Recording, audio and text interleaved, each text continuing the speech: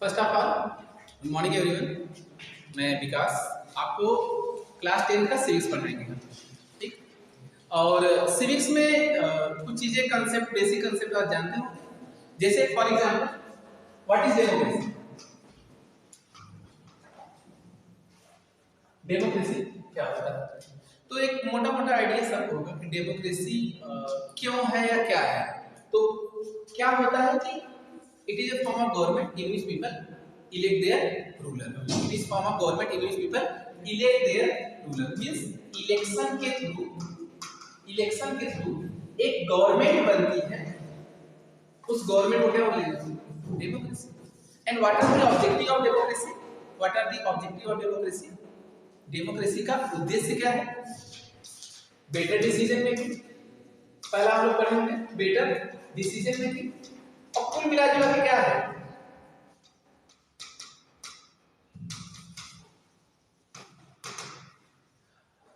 कुल मिला जुला के जो होल एंड सोल ऑब्जेक्टिव है आपके डेमोक्रेसी का क्या है? डेवलपमेंट। डेवलपमेंट। और democratic government also ensures the development of its citizen. Are you getting it? हाँ। लेकिन अब इलेक्शन प्रोसेस को हम एक बात और जानते हैं कि in election the result of election is declared on the basis of majority. तो जो ज्यादा जिस गवर्नमेंट के पक्ष में ज्यादा लोग जो वोट देंगे, जिसके पक्ष में ज्यादा लोग वोट देंगे वही क्या बनाएगा? गवर्नमेंट बनेगा। ठीक।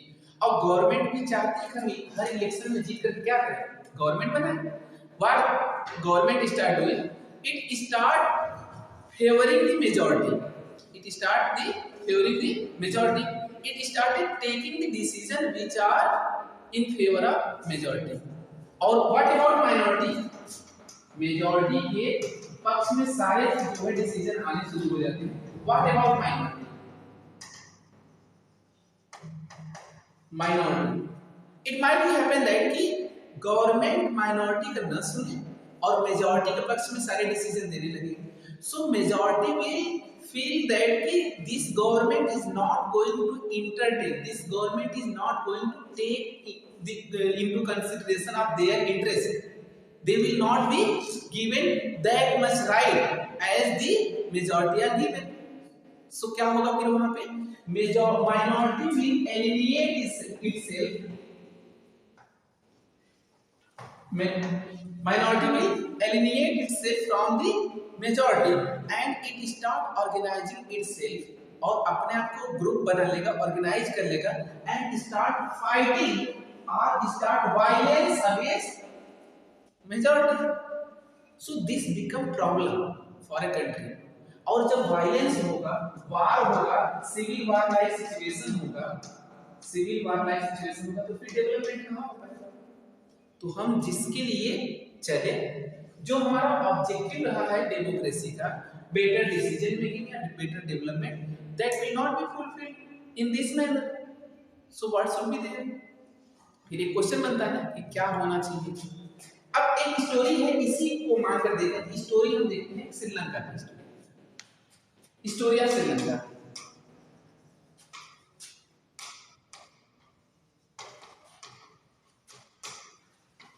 तो पहले इथनिक कंपोजिशन देखेंगे श्रीलंका की। इथनिक कंपोजिशन, इथनिक क्या होता है समझिए। It is social division. What do you mean by ethnicity? It is social division based on the culture और फिजिकल अपीयरेंस। कल्चर बेस्ड पे हो या तो फिजिकल अपीयरेंस बेस्ड पे, जो भी आपका क्या है डिवीजन है सोशल, वही क्या होता है इथनिक ग्रुप बोलते हैं। जैसे सबसे बड़ा इंडिया में जो है लगभग कई इथनिक ग्रुप है ना, इसमें एक मेजर ग्रुप कौन सा है? बंगाली। बंगाली लोग का कल्चर ऐसा है कि आप यह नहीं कह सकते कि किस कास्ट का है, नहीं, वो लोग अपने कल्चर के अकॉर्डिंग पहचाने जाते हैं। तो वैसे ही कल्चर के बेस पे जब डिवीजन हो जाए तो उसे बोलेंगे एथनिक ग्रुप। ठीक। तो श्रीलंका में क्या है एथनिसिटी में देखते हैं। वहां पे डिवीजन क्या है कि 74% वहां पे सिंहलीज। कौन है? सिंहलीज, जो कि क्या बोलते हैं? सिंहली लैंग्वेज बोलते हैं। 18% तमिल बोलते हैं। 18% कौन है? तमिलियन। और इस 18% में 13% श्रीलंका के तमिल है, 13% श्रीलंका के तमिल है, और 5% क्या है? Indian Tamils. इस 70% सिंहलीज में मोस्ट ऑफ द जो आपके रिलीजियन जो मेजर डोमिनेंस रिलीजियन है वो है बुद्ध, और इसमें मुस्लिम और हिंदू दोनों है। ठीक, यहाँ तक समझ में आया? अब क्या होगा कि जब ऑब्वियसली वहां पे जब इलेक्शन होगा, after election who is going to form the government? Sinhalese is going to form the government. It happens in Sri Lanka that after election Sinhalese came into power. और कब वो इंडिपेंडेंट हुआ 1948 में। भारत के आसपास ही सब हो रहे हैं, इधर एरिया के जितने लोग हैं, भारत के जो टाइमिंग है वही लगभग ऐसे हैं सबके आजाद होने के। इंडिया का श्रीलंका का independence in 1948 and after that means that they establishes democratic government in Sri Lanka. After election Sinhalese came into power and Sinhalese started giving preference to Sinhalese. This government, this majoritarian government started giving preference to Sinhalese. Office में, university में, हर जगह किसका हो रहा है recruitment? Sinhalese का। So what means ये लोग क्या, तमिलियन लोग क्या लगेगा कि they are being neglected in their own country. Means Tamilians are being neglected in their own country, though they will not be satisfied with the provisions of the government, they will not be satisfied with the policies of the government. तो Tamilians जो है एक आया, Sinhali government 1956 में act लाई, और जिसमें सिंहली को क्या कर दिया? सिंहली को as a official language declare कर दिया। सिंहली को क्या बना दिया?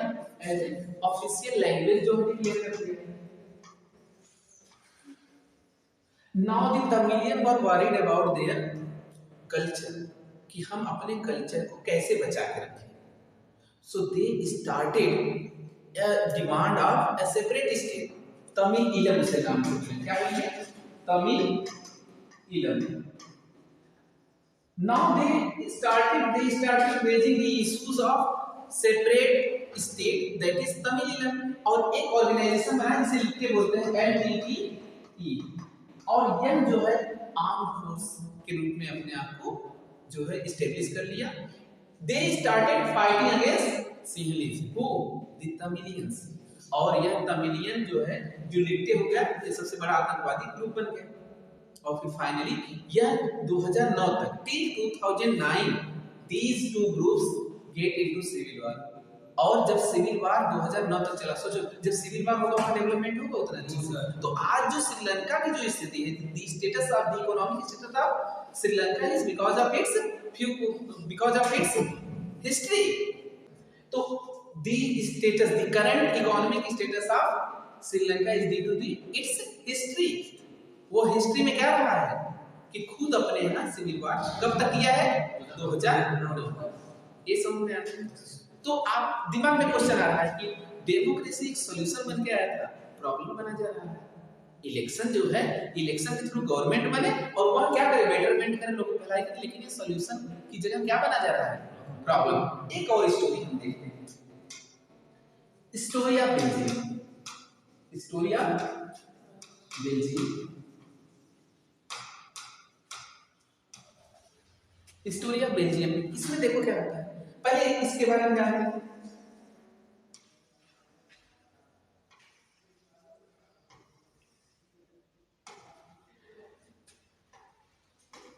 बेल्जियम का जो कैपिटल है वो क्या है? ब्रुसेल्स। और बेल्जियम में जो मेजॉरिटी में रहने वाला है वह है डच। डच स्पीकिंग पॉपुलेशन कितनी है? 59%। डच स्पीकिंग पॉपुलेशन कितनी है? 59%। और फ्रेंच स्पीकिंग पॉपुलेशन जो है, फ्रेंच स्पीकिंग पॉपुलेशन 40% है, 1% जो है जर्मन बोलते हैं। या इस कैपिटल को छोड़कर, ब्रुसेल्स को छोड़कर के बाकी दो पोर्शन में डच क्या है? मेजॉरिटी में है और फ्रेंच माइनॉरिटी में है। But in capital region, where in capital region in Brussels, there were 80% French and 20% Dutch. Here in capital, who are in majority? French are in majority. But outside capital, Dutch are in majority. So there is some kind of, you can say, if outside this capital, if Dutch is started overruling on French, then in retaliation बदले रूप में जो होगा centre में Brussels में कौन? French will start exploiting whom? French. Oh, sorry, French will start exploiting whom? Dutch. If outside capital, Dutch is exploiting whom? French. Then in capital, French will exploit the Dutch. तो यह problem कैसे solve? तो इसने एक solution ढूंढा, कौन? Belgium ने.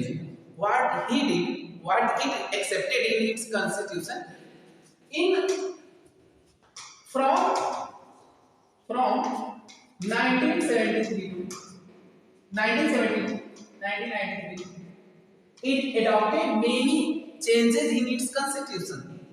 अपने कॉन्स्टिट्यूशन में कई चेंजेस लाए, क्योंकि उसे मालूम है कि ऐसे अगर उनके बीच में कॉन्फ्लिक्ट रहेगा, किनके बीच में?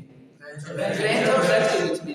अगर मैं टेरिटरी रीजन, जो कैपिटल टेरिटरी रीजन है, उस रीजन में अगर हम एक्सप्लॉइट कर रहे हैं किसका? फ्रेंच. अगर हमारे डच को मारेगा तो मतलब एक्सप्लॉइटेशन करेगा, तो हम बाहर करेंगे. और ये बैलेंस कैसे हो? तो उसने अपने कॉन्स्टिट्यूशन में बहुत सारे चेंजेस लाए.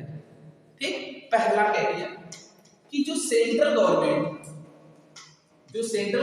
था, उसमें equal number of French and Dutch speaking minister रखा. There were equal number of French and Dutch speaking minister in central government. पहला ना, सेंट्रल गवर्नमेंट क्या? Equal number of Dutch and French speaking minister.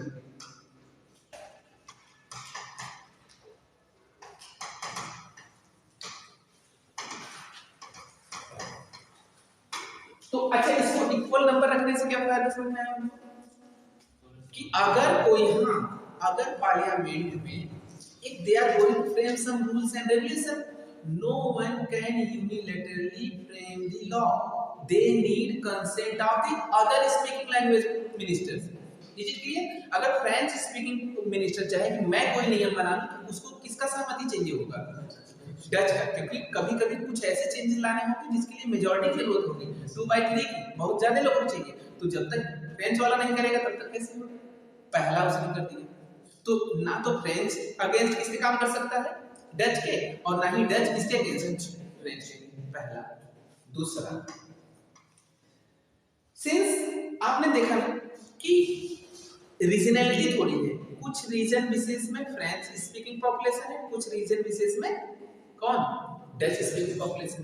तो central government को ज्यादा power न देकर के किसको पावर दे दिए थे? स्टेट्स को भी दे दिए थे. तो क्या हुआ? दूसरा जो चेंजेस है उसमें क्या कि से power given to state government from central government.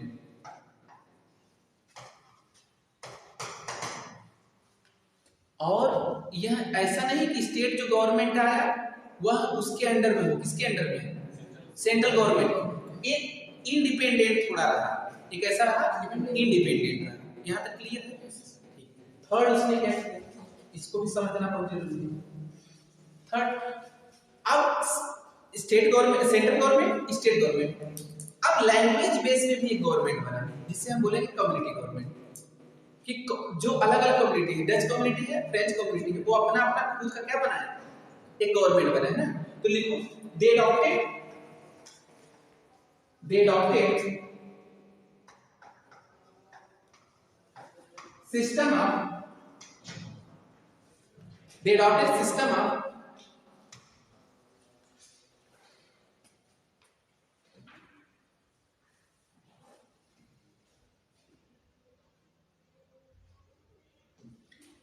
adopted system of community government.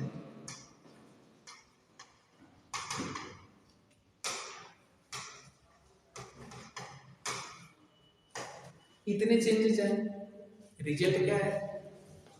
एक स्टेबल गवर्नमेंट कहाँ बन गई?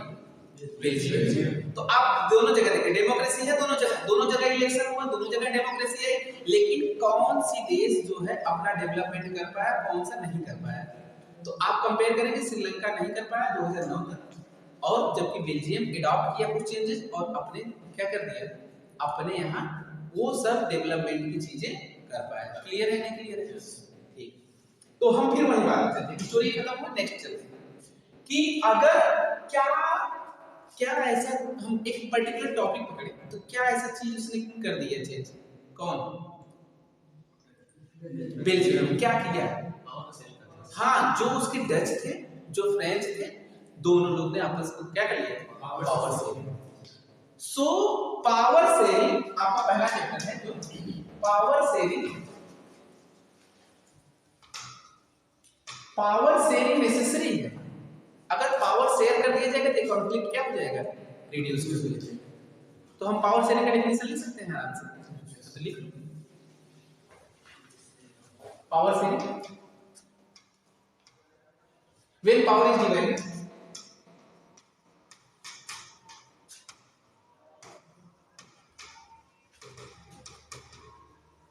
when power is divided among different organs of government,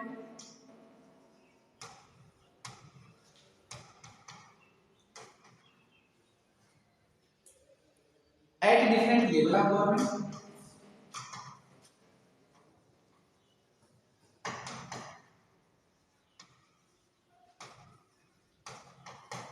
among different social groups,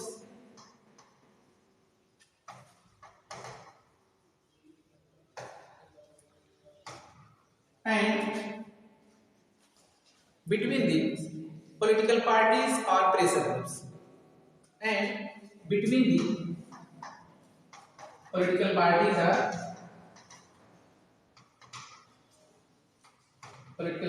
are pressure groups. Pressure groups.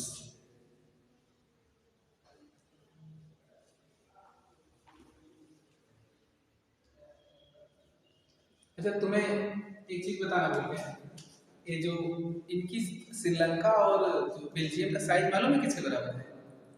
Haryana का। हरियाणा जो है हरियाणा के बराबर, और हरियाणा इस समय इंस्टा वार चल रहा है, कौन है? रील्स वाले लड़ रहे हैं कि आ जाओ तुम, और लोकेशन गलत दे रहा है कि बुलाया कहीं और बताया कुछ और, वो आपस में लड़ रहे हैं। पुलिस हराने पहले तुम लड़ लो तब आ रहे हैं तुम्हें पकड़ने। तो हरियाणा गवर्नमेंट इस समय सब क्या परेशान है? वो इसी परेशान है कि रील्स वाले लड़ रहे हैं कि नहीं लड़ रहे हैं। Political party and pressure groups. तो definition simple, when power is divided among different organs of government at different level of government among different social groups and political parties is known as power sharing। इसमें ma'am अगर कहीं society कई sections में बटा हुआ है और सभी का रिप्रेजेंटेशन हो जाए, ऑब्वियस सी बात है उनका क्या हो जाएगा? कॉन्फ्लिक्ट नहीं होगा, सबको लगेगा कि मैं पावर में हूँ ना। everyone will feel that I am in power and my interest is taken into consideration. I am not being neglected by this government. I am given equal right. ना, ये सब चीजें कहाँ होंगी? एक किसी देश में जहाँ डेमोक्रेसी अगर पावर शेयर कर दिया जाता है और नहीं होता है तो जैसे श्रीलंका का हाल होगा वही होगा। यहाँ तक बात क्लियर है? तो अब क्वेश्चन आता है, एक अगला टॉपिक है, लिखिए why power sharing. Why power sharing. Why power sharing. इसमें फर्स्ट रीजन, इसको हम दो पार्ट में पढ़ेंगे, एक मोरल रीजन और दूसरा प्रूडेंशियल रीजन ना। तो पहला लिखो प्रूडेंशियल रीजन, एक करके डाल सकते हो prudential reason.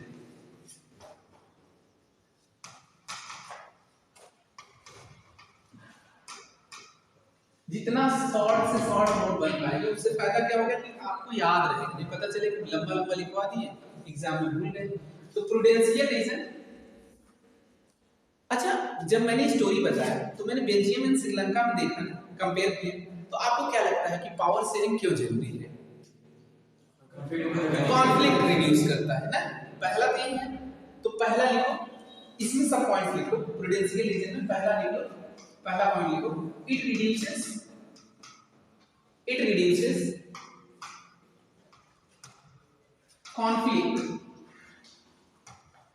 conflict among different sections of society. It reduces conflict among different sections of society.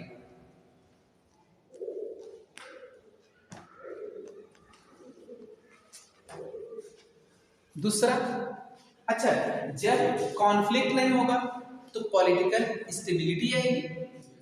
एक तो मतलब एक पार्टी दूसरे पार्टी या एक ग्रुप दूसरे ग्रुप से नहीं लड़ेगा ना। तो दूसरा इसका फायदा क्या होगा, इसी सब पॉइंट से लिखते चलो। It brings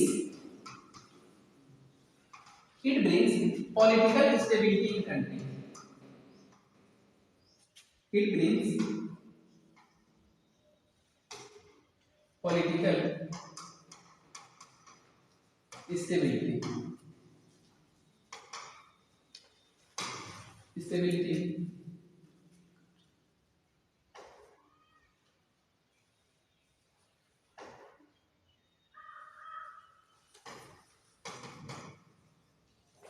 political stability in country. फिर और क्या, और फिर हम ये कह सकते हैं क्या कि जब पॉलिटिकली जो है स्टेबल रहेगा कोई कंट्री और वहां पे कॉन्फ्लिक्ट नहीं हुआ तो ऑब्वियस सी बात है जो ऑब्जेक्टिव है किसका, डेमोक्रेसी का, वो आराम से अचीव किया जा सकता है, डेवलपमेंट हो सकता है ना। It leads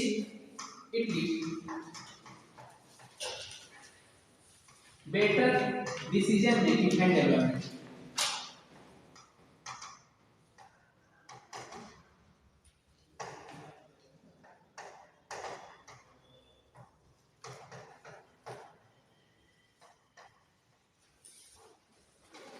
It leads better decision making and development.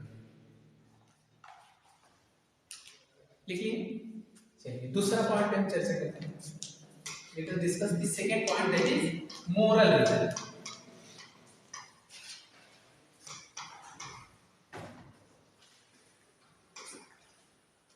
Actually जब हम 9th में पढ़े थे तो हमने ये पता था कि जो डेमोक्रेसी हो ना उसमें रिप्रेजेंटेशन होना चाहिए सबका। Every section, every group must be represented in democracy.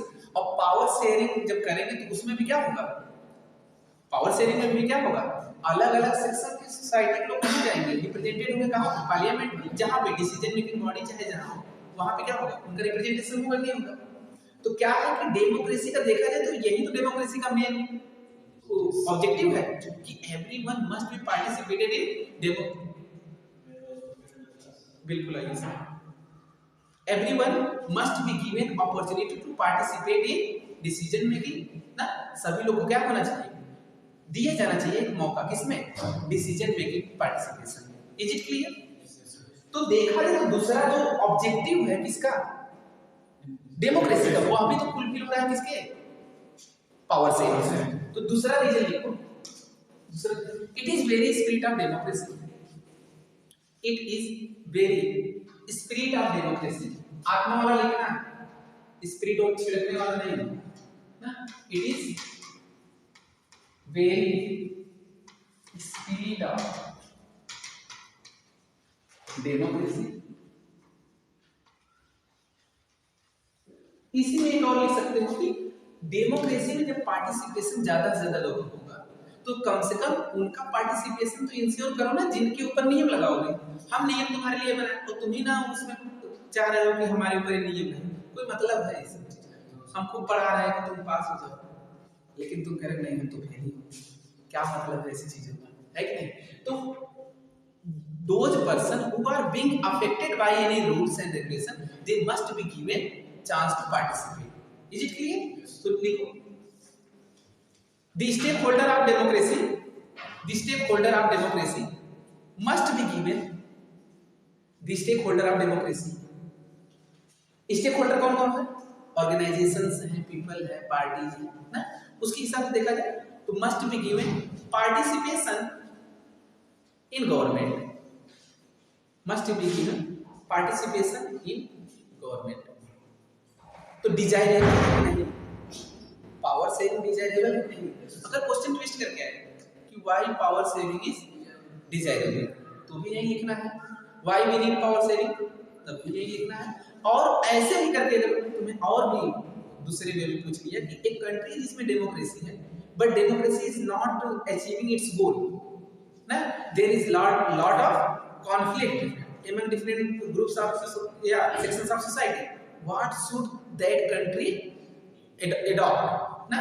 तो आप क्या करेंगे, जो एकोमोडेशन कौन किया, बेल्जियम ने, वह कर सकते हैं कि ऐसे ऐसे सभी मिनिस्टर वहां पे इक्वल थे, तो लगभग इक्वल ले लिया मिनिस्टर। यहाँ पे कई हैं, यहाँ पे कई लोगों को आप कह सकते हैं कि मिनिस्टर जो होना चाहिए वो डिफरेंट सेक्शन ऑफ सोसाइटी से होना चाहिए। जैसे विमेन का रिजर्वेशन भी इसीलिए लाया ना, ताकि कि विमेन का पार्टिसिपेशन क्या हो ज्यादा से ज्यादा कराया जा सके। कहाँ पे, पार्लियामेंट में, डिसीजन मेकिंग प्रोसेस में विमेन का पार्टिसिपेशन कराया जा सके। यहाँ तक सही ठीक। तो क्यों, क्या है पावर शेयरिंग, क्यों है पावर शेयरिंग, ये हो जाए। चलो नेक्स्ट वीडियो में मिलेंगे।